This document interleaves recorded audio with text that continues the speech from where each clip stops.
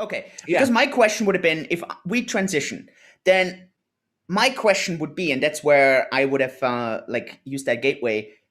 Why do you think in 2021 we have seen like a meteoric rise in Yeah. NFTs, right? Yeah. And especially in daily active users, in trading volume, in Everything. popularity, and not only in crypto, right? I mean, Mark Cuban, Vaynerchuk, Mhm. right? Suddenly, like Chamas Palihapitiya, suddenly so many people come out and like, oh yeah, like NFTs, that's Yeah. the shit, like that stuff, right? What do you think was the catalyst? Was this NBA Top Shots? Was it people being that successful with this NFT? Where do you, or was it all together?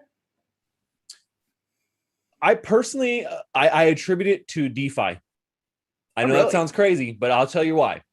So, last year in 2020, we had what we call lovingly in DeFi summer, right? That's when this whole idea of DeFi really exploded last year with the creation of Uniswap, and that kind of in the beginning of the year really gave people what they were looking for. They we needed that product, they wanted it. It was, and then someone created it, and it worked really great. And then this whole notion of decentralized finance really exploded, and so we saw tons of projects just coming at it out of the woodworks, looking for people to get money. They're doing all these liquidity pools, and then they have things like compound finance who are helping you manage it all. And so we saw a pretty big explosion in that. And then as the summer was kind of waning, and we kind of started to see like the hype of DeFi, kind of also wane, we started to see quite a few projects starting to incorporate NFTs with DeFi as a like more fun, because everybody has iterated through all the things, the copy of the copy of the copy of the copy. And then someone was like, well, what could we do that's not a triple copy of everything that's already been done? Well, just, you guys, let's throw an NFT on it. And so a lot of projects did. And one of my buddies in the meme project, if you're familiar with meme as Yep. a token, they're same thing. It's a DeFi based platform, and they were one of the real big pioneers of adding an NFT to their platform to incentivize people, and essentially mining these NFTs with their DeFi platform. So I really think that was kind of one of the catalysts, because people started kind of looking for new ways to rehash that same DeFi money train, and they did. And then, other projects that were already working on NFT stuff outside of DeFi also started to pick up steam. So, some of my favorite projects, out there, like Gods Unchained, and some projects on Ethereum, and a couple others, out there too. They really, this is when they started coming into their own. And I think Top Shots definitely did lead the way on that coming out of the year. But like, even like November, October of last year, they had just come out of closed beta. Top Shots had, and nope, still people weren't like hyped on it. I actually got salty at the team because it's something that they did, and I sold like most of my moments because I was like, I'm over that. I couldn't believe they did this. I was so pissed at them. And it's like, I get it, it's closed, it's beta, and you guys, but I was just so mad, what happened, and I got really salty, and I sold like most of my collection for like pennies, man, for like, I mean, not actual pennies, but very small amounts. And then I kind of had my head down working on my own blockchain projects the rest of that year, and wasn't really doing too much with Top Shots. And then Decemberish, it just exploded. I mean, people were just, they loved it there. Some people got a hold, and then it was just this big snowball effect. And by January, the prices were going through the roof. Hundreds of thousands of people want to get on the pack drops. I mean, I was at a time where like there was no drops. You just went to the store and just bought as many as you want, like. And so it's come quite a long way, and they've actually come over overcome quite a few challenges to really position themselves as the mainstream kind of avenue for a lot of people to get in. And so now, yeah, the floodgates have just kind of come open, I think, since December. And we've seen a bunch of other projects and people trying to capitalize on this, the Lindsay Lohans and the Mark Yep. Cubans, and the countless other D-list celebrities that are trying to stay relevant by making their own NFTs. And some people have done it right, and some celebrities have done it right, and others just are looking for the cash grab.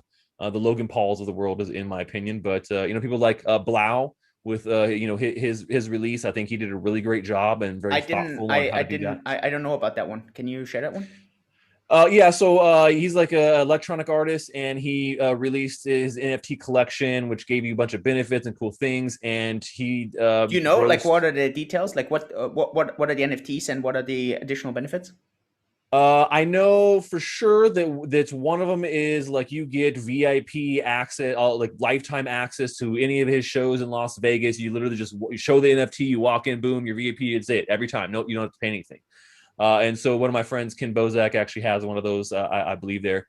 And so, yeah, I mean, he did it really good and, really well thought out. And he grossed, millions and millions of dollars on this NFT sale.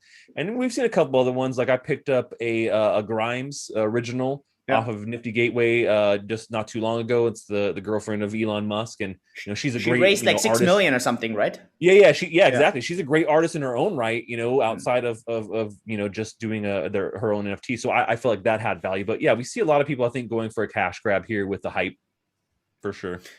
You mentioned Gods Unchained. You mentioned, I mean, obviously NBA Top Shots. Also, Jarek here on the chat asks about Red Fox Labs. Yeah, Can you do three, like again, like elevator pitches on for all three? So Gods Unchained. sure. Yeah. So Gotham Chain, I've been playing that also since the closed beta. I get it a lot on ground floor stuff, especially if it has to do with gaming and NFTs, because I've just been covering it. That's what I've focused on for years now. When people were like, "What's an NFT?" They didn't know. I was trying to give these things away at events, like custom ones I made. People they're like two people were like, "Yeah, I'll take one." But Gotham Chain, I've been with them since the closed beta in 2018, and it's a Oh, collectible card game. whoa. Oh, Yeah, it's a collectible card game, very much like Hearthstone or Magic the Gathering, but you actually own your cards. You can own them, trade them, you could earn them in game without having to buy them, which is very different from how Hearthstone works and some of those other games. So really fun, love the team, love the story there. And it's a free to play game, so you just jump on and you start playing to earn. That's one of the big models I have out there is hashtag play to earn. So one of my faves is all time is Gods Unchained for sure. cool. NBA Top And then Shots. so yeah, looking at RFox and their Yep. main RFox Labs. So their main flagship is Cogs. And it's basically a variant or version of the Pogs game, like Milk Caps, very popular back in like maybe the 80s, early 90s. Kind of swept the whole world, I think, at that time. And I remember playing Pogs back in the day when I was in middle school, and it was a lot of fun. And so what they've done is created a very collectible version of this called Cogs, which actually stands for Keys to Other Games. And their idea is that these cogs will also allow you in the future access to other RFox offerings and possibly other offerings on other chains.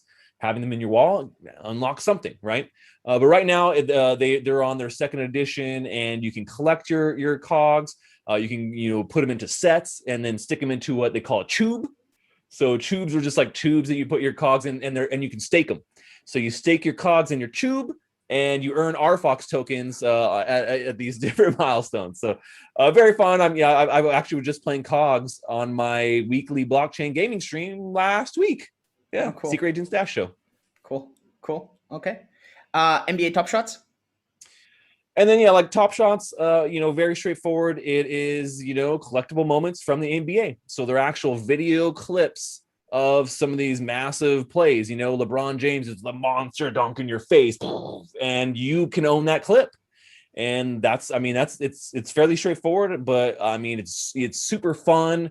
They made it very collectible. They give you challenges. The marketplace is always popping, and getting in the packs now is a pretty big thing. Like, oh man, I got it in the drop. There's a lot of excitement there because there's a lot of people who want it, and but they can't give everybody a pack. So at this point, it's definitely blowing up. So a lot of fun, and even if you're not a fan of the NBA, which I mean, I like the NBA.